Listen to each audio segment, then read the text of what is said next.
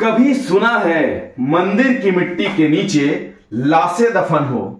कर्नाटक के धर्म स्थल मंदिर में 19 साल तक लाशें गाड़ी जाती रही और किसी को भनक तक नहीं लगी। एक सफाई कर्मचारी जिसने सैकड़ों खोपड़ियां देखी आज बना नकाबपोश गवाह। उसने कहा, रेप के बाद लड़कियों की हत्या होती थी और लाशें मुझे दफनानी पड़ती थी। अब खुदाई हो रही है और जमीन उगल रही है हड्डियां। क्या मंदिर में मास मर्डर हुआ है या फिर ये सबसे बड़ा राज है धर्म की आड़ में? कभी आपने सोचा है कि किसी मंदिर में जाकर लोग भगवान के दर्शन नहीं बल्कि मौत के घाट उतार दिए जाते हैं? क्या आपने सोचा है कि 19 सालों तक एक इंसान बस इसलिए चुप रहा क्योंकि उसे डर था कि अगर वो बोलेगा तो उसकी भी लाश उसी जमीन के नीचे दबा दी जाएगी? ये कोई कहानी नहीं बल्कि ये एक हकीकत है। कर्नाटक के धर्म स्थल मंदिर से जुड़ी एक सच्ची घटना, और इस सच्चाई को दुनिया के सामने लाया एक ऐसा शख्स जो कभी वहां पर सफाई कर्मचारी हुआ करता था और आज उसे पूरा कर्नाटक सिर्फ एक नाम से जानता है और वो नाम है नकाबपोश। 11 जुलाई 2025 दक्षिण कन्नड़ जिले के बेलथंगड़ी कोर्ट के बाहर भारी सुरक्षा का घेरा लगा था। पत्रकार, पुलिस, वकील सब यही पूछ रहे थे कि कौन है ये आदमी जो सिर से पांव तक काले कपड़े और नकाब में लिपटा हुआ है। आंखें तक उसकी ढकी हुई थी, ना चेहरा दिख रहा था और ना ही कोई पहचान। और जब वो कोर्ट के अंदर गया तो जो बयान दिया उसने सिर्फ कर्नाटक ही नहीं बल्कि पूरे देश को हिलाकर रख दिया। इस शख्स ने कहा, मैं 19 साल तक धर्म स्थल मंदिर में सफाई कर्मचारी था।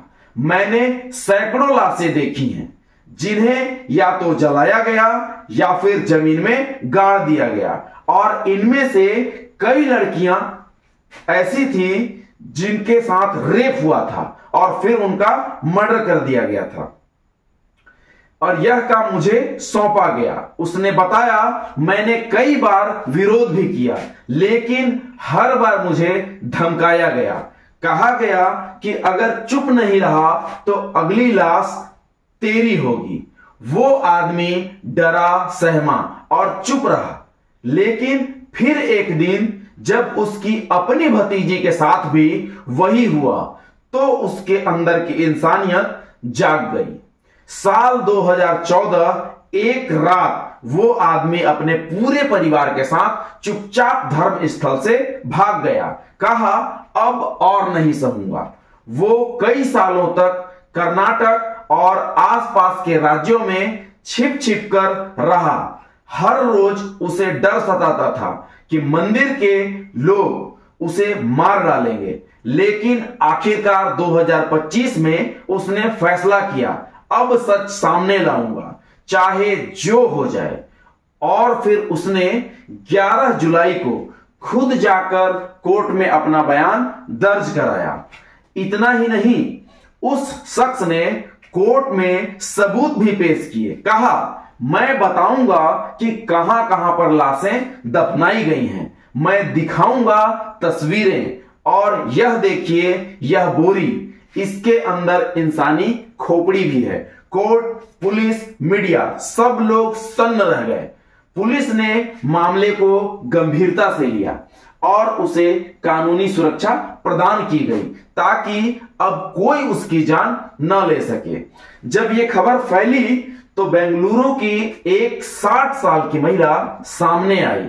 उन्होंने कहा, मेरी बेटी 2003 में ही गायब हुई थी। वो धर्म स्थल मंदिर दर्शन के लिए गई थी और फिर लौटकर कभी नहीं आई।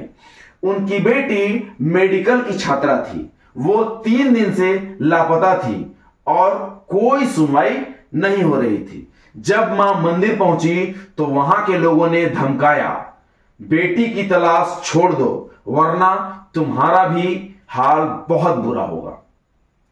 उस महिला को जबरदस्ती एक कमरे में ले जाकर पीटा गया, सिर पर मार मारी गई, 8 टांकों के साथ अस्पताल में होश आया। आज वो महिला कह रही है, मुझे शक है मेरी बेटी भी उन्हीं में से एक है जिनकी लाश दफनाई गई। मुझे बस उसकी अस्थियां चाहिए ताकि मैं उसका अंतिम संस्कार कर सकूं।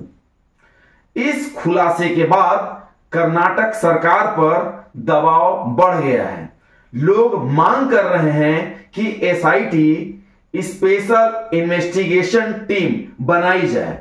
महिला आयोग की चेयरपर्सन से लेकर कई सामाजिक संगठन ये कह रहे हैं अब और चुप नहीं रह सकते हैं। ये इंसाफ की लड़ाई है, क्योंकि अब दर्जनों लोग सामने आ रहे हैं, कह रहे हैं कि उनका कोई ना कोई रिश्तेदार भी कभी मंदिर से लापता हुआ था, लेकिन किसी ने उनकी नहीं सुनी। क्या अब सैकड़ों गुमशुदगी के राज बाहर आएंगे? क्या वाकई धर्म स्थल मंदिर की जमीन के नीचे दफन है ऐसे राज जिन्हें आज तक कोई जान ना सका? दोस्तों, ये कोई थ्रिलर कहानी नहीं है, ये सच्चाई है जो एक शख्स की हिम्मत की वजह से ही बाहर आ पाई है। अगर उसके दावे सही साबित होते हैं तो ये भारत के इतिहास का सबसे बड़ा धार्मिक स्थल से जुड़ा मास मर्डर केस हो सकता है। जब नकाबपोश ने पहली बार बताया कि उसने लाशें देखी हैं तो कई लोग हैरान रह गए, लेकिन जब उसने ये कहा कि मैं दिखा सकता हूं कि लाशें कहां कहां पर दफन की गई हैं, ये लाशें तो पुलिस, ये बातें सुनकर पुलिस भी सतर्क हो गई। धर्म स्थल गांव के आसपास एक पुराना बगीचा जहां उसने खुदाई करके 2 खोपड़ियां निकाली, फोटो खींची और पुलिस को सबूत के तौर पर सौंप भी दी। वो सिर्फ एक खोपड़ी नहीं लाया था, वो अपने साथ लाया था न्याय की पहली ईंट। अब कर्नाटक पुलिस ने उस जगह को घेर लिया है। एफएसएल की टीम, एक्सकेवेशन मशीनें, पुलिस फोर्स अब सब कुछ खोजबीन कर रही है। इस पूरे मामले में जो सबसे डरावनी बात थी वो ये थी कि कई सालों तक लोगों की शिकायतें अनसुनी होती रही थी। मां की ममता चिल्लाई, मेरी बेटी लापता है, लेकिन जवाब मिलता था किसी लड़के के साथ भाग गई होगी। और यह सब हुआ एक ऐसे धार्मिक स्थल पर जहां हर साल लाखों लोग आशीर्वाद लेने आते हैं। अब सवाल उठते हैं कि क्या मंदिर प्रशासन को इस बारे में पता था? क्या वहां के सुरक्षाकर्मी, कर्मचारी और बाकी लोग इस राज में शामिल थे? अब यह केस एक ऐसे मोड़ पर है जहां हर दबी आवाज अब चीख बन चुकी है। कई संगठन, राजनीतिक नेता, महिला आयोग सब जांच की मांग कर रहे हैं और पुलिस भी अब इसे महज अफवाह नहीं मान रही है, बल्कि मास मर्डर इन्वेस्टिगेशन की ओर बढ़ रही है। क्या सच में मंदिर की जमीन के नीचे दर्जनों लाशें दबी हुई हैं? और कौन है वो नाम जिन्हें नकाबपोश सामने लाने वाला है? तो दोस्तों, ये थी धर्म स्थल मंदिर से जुड़ी उस गवाही की कड़ी जिसने इंसानियत को झकझोर कर रख दिया। क्या नकाबपोश का दावा सच निकलेगा? क्या इतने सालों की चुप्पी का इंसाफ मिलेगा? आपका क्या मानना है? नीचे कमेंट करिए और इस वीडियो को जरूर से जरूर शेयर कीजिए ताकि वो लोग भी सुन सकें जिनकी आवाजें अब तक दबा दी गई थी। मैं हूं चंदन और आप देख रहे हैं चंदनपुरी न्यूज। फिर मिलते हैं अगली कड़ी में एक और सच्ची और जरूरी कहानी के साथ। जय हिंद, जय भारत। बहुत बहुत धन्यवाद।